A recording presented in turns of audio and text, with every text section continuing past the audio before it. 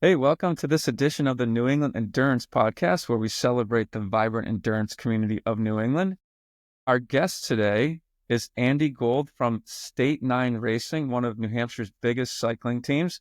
And if you've listened to this podcast, you know that Eric, my co-host, welcome Eric, What's and up? we hail from the state of New Hampshire. So it's always wonderful to chat with someone else from the great 603 Granite State. So welcome to you both. Yeah, State 9 has been making a name for itself in the New England cycling community. And Andy, we're super psyched to have you on. I think we talk a lot about science-based things on this podcast. And I think scientifically it's been proven time and time again, New England is the greatest cycling region of the country. But not only that New Hampshire is probably the greatest state in all of the United States. So we're really happy to have you on, Andy, and talking a little bit about State 9 racing. So tell us a little bit about State 9. Tell us what sets you guys apart from other cycling teams in the region, membership. Give us the broad strokes. All right. State 9 Racing, we started our club, or more appropriately, a race team back in 2015. Just sort of there was a hole in the race teams in the area. There wasn't many clubs around to choose from. The club that we were on prior to this dissolved, the shop closed, and basically the team dissolved. Everybody that was on that team wanted to stay together. We got together, we had a meeting in our friend's living room, and we said, how are we going to do this? So we started a grassroots racing team. And came up with the name State 9 Racing, and it grew from there. It grew to be the largest cycling team in New Hampshire and one of the largest in New England. Prior to State 9, a bunch of us were Blue Steel cyclers. And how did you come up with the name State 9? So State 9 Racing, it comes from New Hampshire being the ninth state in New England. The ninth state in the country established. Andy, you said you were one of the largest in New Hampshire and then one of the largest in the region. Can you give us a sense of the membership size? Yep. Our membership ranges between 85 and 100 people every year. Nice. And is it mostly roadies? We got mountain bikers. What's the disciplines here? Gravel? Yeah, we got all the above. We welcome all disciplines: gravel riders, cyclocross, mountain bike, downhill, enduro, cross country. Even have a couple of triathlons on the team. So all disciplines and all abilities. Yeah, we have beginners all the way up to elite riders on our team. That's fantastic. So you and I met through someone I went to high school with named Brian Levine, and he spoke very highly of the club. How would you describe sort of the vibe and the culture of State 9? There's a lot of camaraderie. Everybody gets along. It's sort of like even though it's a huge team, it's like a big family. It really is. Everybody talks to each other, posts questions, asks questions, gets information. There's a bunch of races we try to do together. We're very supportive. We have some great team events, which really helps this. So we have some private club events, gets everybody together in a casual and also a riding atmosphere. And I'd say overall, just a very friendly, welcoming club to be on. Andy, give us a sense of where in New Hampshire you guys are primarily focused, though, right? Like New Hampshire's a pretty tall state, and just geographically, where do the most of your members reside? Southern New Hampshire, but we have a fair amount from the Lakes region, a handful from the Seacoast area. Got people in the Upper Valley, up in the Lebanon area, kind of all over. Not too many people from the Great North, but yeah, sort of all over. We even have a couple people from Massachusetts that are on the team. Whoa. I guess Art and I could maybe be honorary members since we were both from New Hampshire, but live in Massachusetts now. So perhaps there's like a certain kind of membership we could get. Yeah. So, hey, there was a bit of buzz on the cycling chat channel in the club that I belong to down here in Massachusetts about one of your events coming up.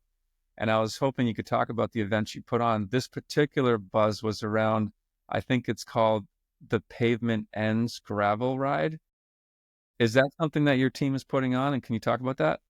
It is. First of all, it's a race, not a ride. There's not a ton of gravel races to choose from in New England. So that was one of the main reasons we decided to put this on, that there's It's really only a handful of actual races. Most of the gravel events in New England are just rides. So we wanted a true race experience for people. And we also wanted it to be affordable. So our Pavement Ends race is just as good as any of the big races out there.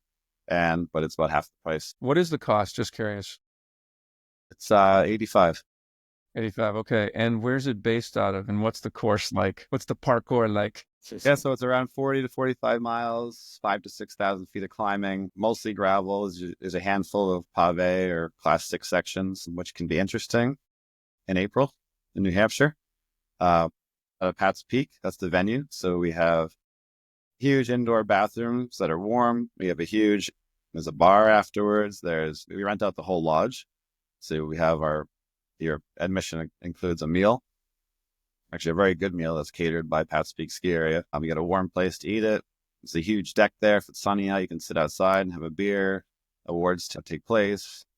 We strong believers of the champagne experience on the podium. So we the categories get to spray champagne on everybody. A lot of cash. There's cash for the awards too, and tons of prizes, medals, trophies. I think one thing that really sets us apart with our events is that we're not in it to make money. So we don't charge more than we have to. We don't make much money on these events.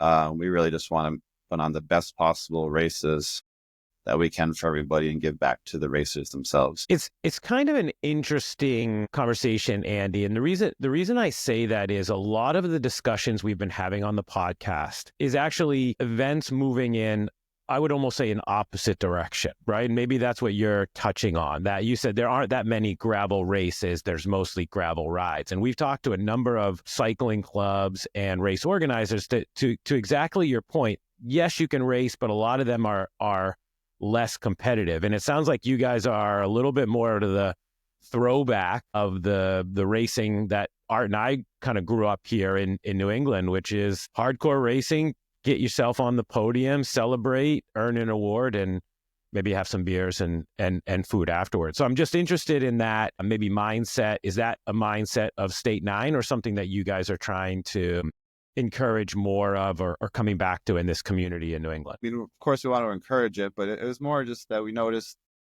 that it was lacking. As you said, there wasn't a lot of choices for those types of events, especially at an affordable price. So kind of wanted to fill that hole, put on a really good event. That's a true race. It's not a Strava segment race. It's not a ride. It's a true race from beginning to end. I'm thinking about signing up for it. Is there any single track? Is it anything technical that I can't ride? The's no single track. Of course, it's slightly different this year than previous years, but there will be some, like I said, some pave, some class 6 sections, which in April could be muddy, could still be snow. Yeah, I don't know. It sounds fun. Good for Pat's Peak, though, for, I would say, whoever's relationship that is, Andy. I love when the ski resorts are embracing of let's say that in this case, the cycling event and bringing new people to a mountain maybe that they haven't visited in a while. I had ski club in high school, at Pat's Peak. So I love Pat's Peak, but good for them to welcome and embrace the cycling community. Yeah, it's really great. They've been a really good partner. They actually sponsor not only our race, but they sponsor the Triple Crown Series, which we're part of, the gravel race series in New England. And they sponsor that by giving free ski lift tickets as prizes for all 3 events. Wow. What is the Triple Crown Series? Yeah, what is that? Yeah, so we're part of the Triple Crown. Last year was our first year. Banded up Mainely Gravel in Maine and the Guilford Gravel in Guilford, Vermont. And so Miles Billings and Camden Black and Ingersoll and some of those guys. Yeah, we decided to put on a series. All 3 races are with points. And then if you race all 3 series and get points, obviously you can win the series and win the winner's jersey. We get a pretty nice winner's jersey for each category. It has a Triple Crown logo on it and some of the other logos. It's amongst other prizes. Yeah, it's great. I didn't get to last year. I did Guilford Gravel for the first time last year. That was a great event that they put on, that Miles Billings and those guys put on. Yeah, it's the only It's the only series in New England, the only gravel series left. What was the other race you mentioned? You said Guilford Gravel. And what was the other one? Called Mainely Gravel. Mainly? Yep. And obviously it's in Maine, yeah. I didn't know about that. That could be our hidden gem question, Andy. So that's really good. Andy, what was your journey into endurance sports? Were you, like Art and I, failed team sport athlete in high school, or have you always been into endurance sports? No, I wasn't much of an athlete in high school. I was a skateboarder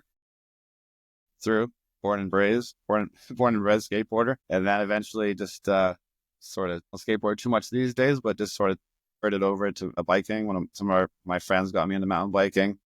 I always sort of been around cycling my whole life, kind of here and there. You know, BMX when I was a kid and would ride my bike 10 miles each way to go skateboarding with my skateboard in the back of my bike every day. So I've always kind of been around bikes, even when I was younger.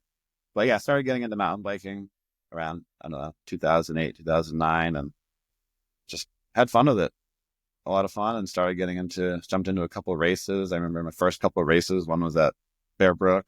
One was at the Hampshire 100. I remember doing the Hampshire 100 race years ago, being so tired, being a newbie. But anyways, yeah, then eventually worked my way up to expert and eventually into pro and race pro for a number of years. And then retired from pro. I feel like we need to unpack in a future episode skateboarding and cycling, because it has come up in a number of conversations. You were a skateboarder. Just there definitely seems to be some connection there, and that would be a fun one to explore perhaps in a future episode. Yeah. Number of the people I bike with now, I've been used to skateboard with, or kind of made the transition around the same time. There's definitely in there. I wonder what that connection is. So interesting. The independence of skateboarding is a very independent sport, and cycling can be very independent if you want it to be, and do it how you want, and there's some creativity there. True. Do you run any other events? I thought I saw something else on the calendar, might have your name next to it. So along with Pavement Ends, we put on the Bear Brook Classic, which is the second largest mountain bike race in New England. And that happens in October. And we've been doing that for, I believe, 9 years now. I've heard nothing but good things about that event. Absolutely. Really a great race. We change the course every year.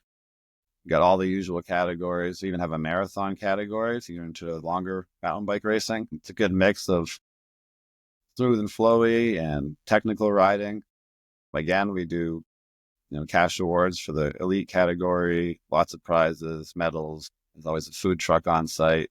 Then again, that's a very affordable race as well. That one's $45 for marathon and elite, and I think it's around $40 for everybody else.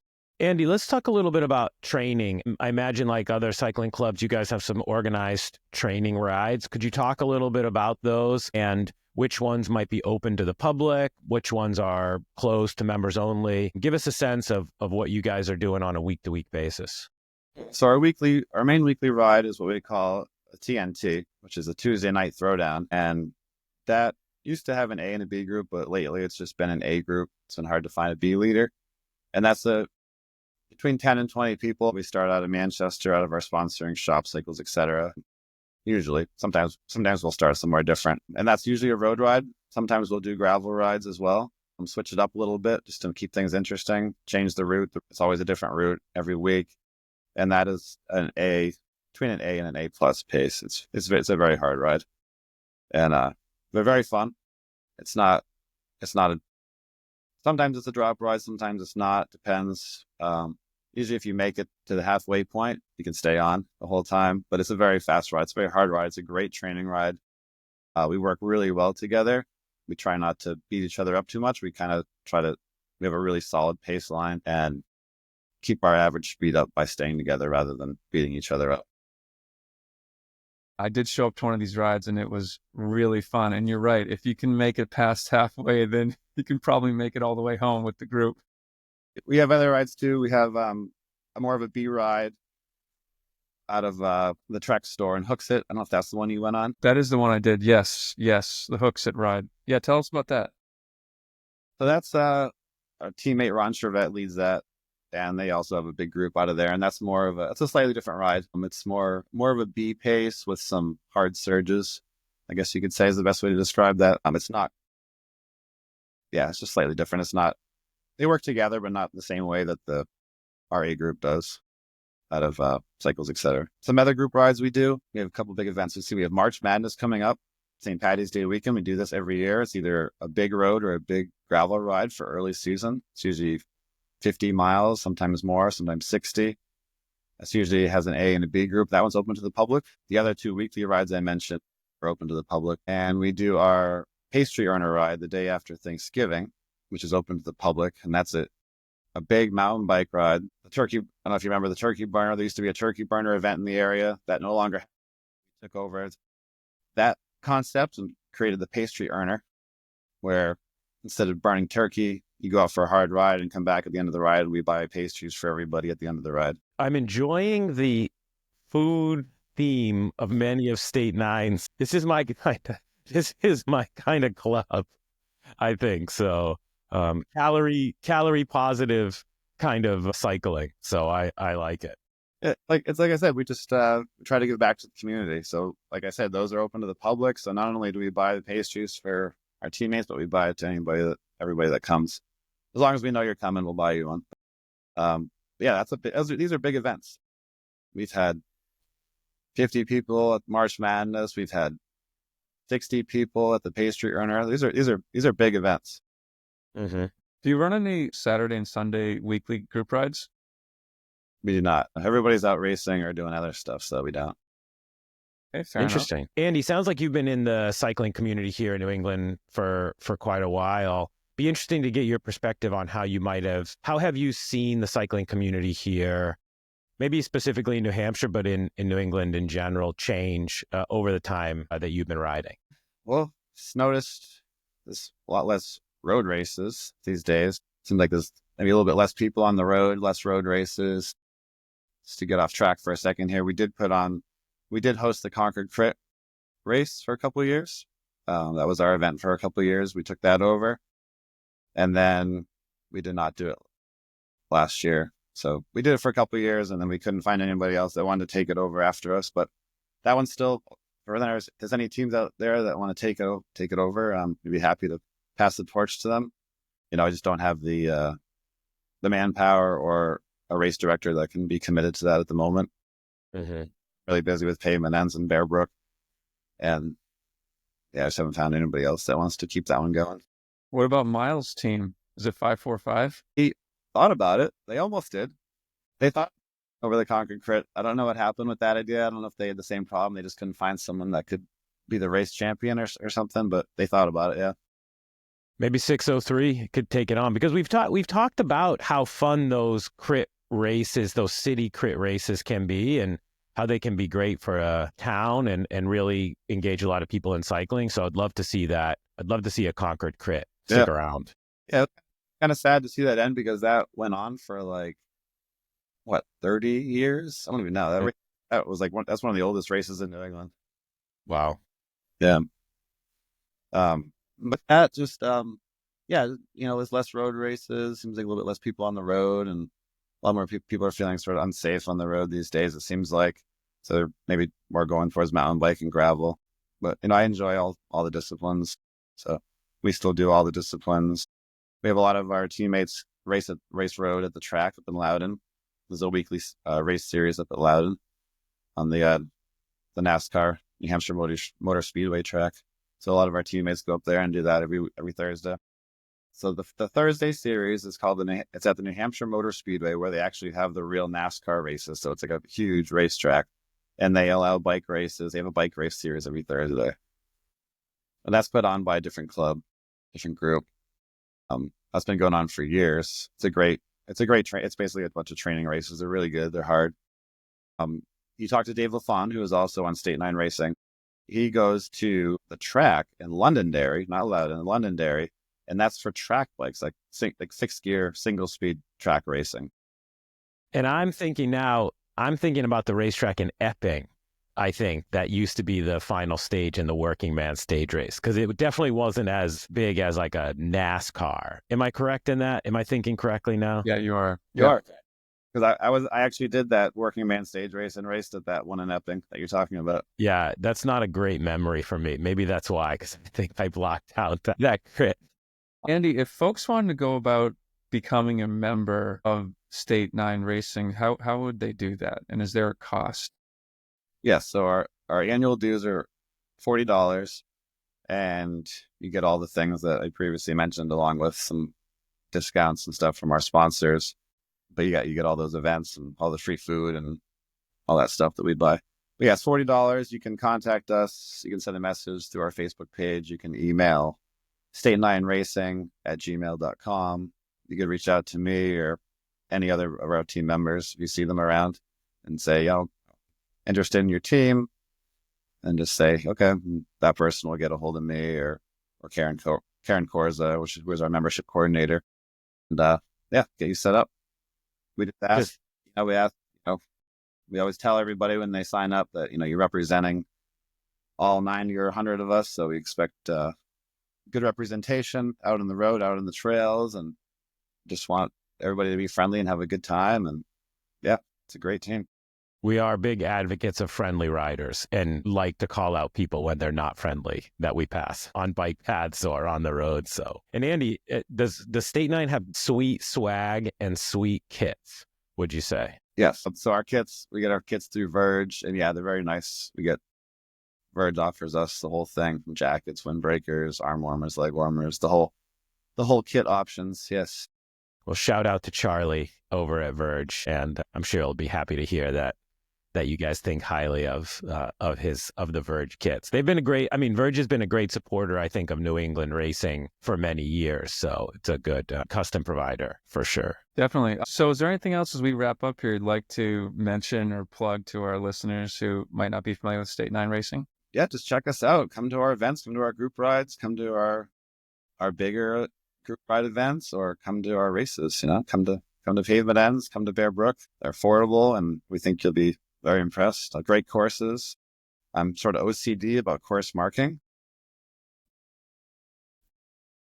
I always want to make sure the course is marked perfectly. One thing I don't like is if someone in one of our races makes a mistake, makes the wrong turn. It's like one thing I don't like. So I'm kind of... Is that a PTSD thing, or is that just a OCD thing? A little bit of both. Okay. I have experience where I've missed turns and it really bothered me at races. And so I kind of told myself I don't want that to ever happen to somebody else.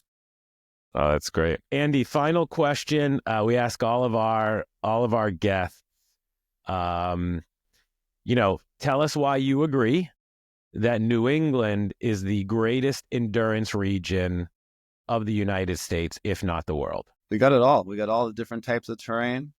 And not only is it all types, it's hard. We got hills, we got rocks, we got roots, we got quiet roads.